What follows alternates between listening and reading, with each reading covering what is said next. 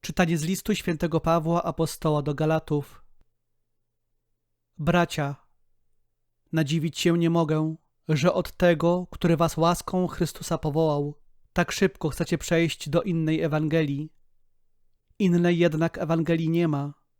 Są tylko jacyś ludzie, którzy sieją wśród was zamęt i którzy chcieliby przekręcić Ewangelię Chrystusową. Ale gdybyśmy nawet my lub anioł z nieba głosił wam Ewangelię różną od tej, którą wam głosiliśmy, niech będzie przeklęty. Już to przedtem powiedzieliśmy, a teraz jeszcze mówię.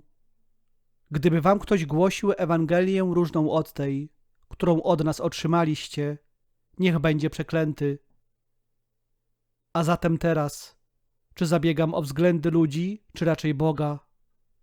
Czy ludziom staram się przypodobać? Gdybym jeszcze ludziom chciał się przypodobać, nie byłbym sługą Chrystusa. Oświadczam więc wam, bracia, że głoszona przeze mnie Ewangelia nie jest wymysłem ludzkim.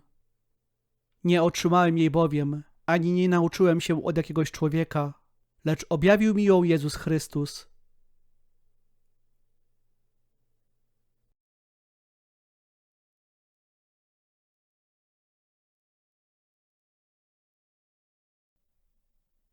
Czytanie z Ewangelii według świętego Łukasza. Powstał jakiś uczony w prawie i wystawiając Jezusa na próbę, zapytał: Nauczycielu, co mam czynić, aby osiągnąć życie wieczne? Jezus mu odpowiedział: Co jest napisane w prawie? Jak czytasz? On rzekł: Będziesz miłował Pana, Boga swego, całym swoim sercem, całą swoją duszą, całą swoją mocą i całym swoim umysłem, a swego bliźniego jak siebie samego. Jezus rzekł do niego: Dobrze odpowiedziałeś.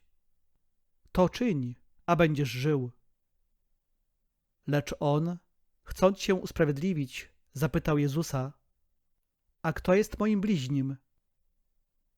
Jezus, nawiązując do tego, rzekł: Pewien człowiek schodził z Jeruzalem do Jericha i wpadł w ręce zbójców. Ci nie tylko go obdarli, lecz jeszcze rany mu zadali i zostawiwszy na pół umarłego, odeszli. Przypadkiem przechodził tą drogą pewien kapłan. Zobaczył go i minął.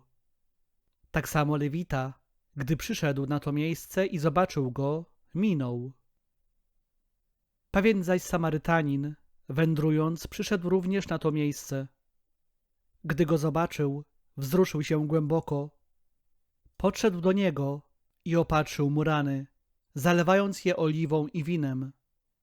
Potem wsadził go na swoje bydlę, zawiózł do gospody i pielęgnował go. Następnego zaś dnia wyjął 2 denary, dał gospodarzowi i rzekł: Miej o nim staranie, a jeśli co więcej wydasz, ja oddam tobie, gdy będę wracał. Kto z tych 3 okazał się według ciebie bliźnim tego, który wpadł w ręce zbójców? On odpowiedział: Ten, który mu okazał miłosierdzie.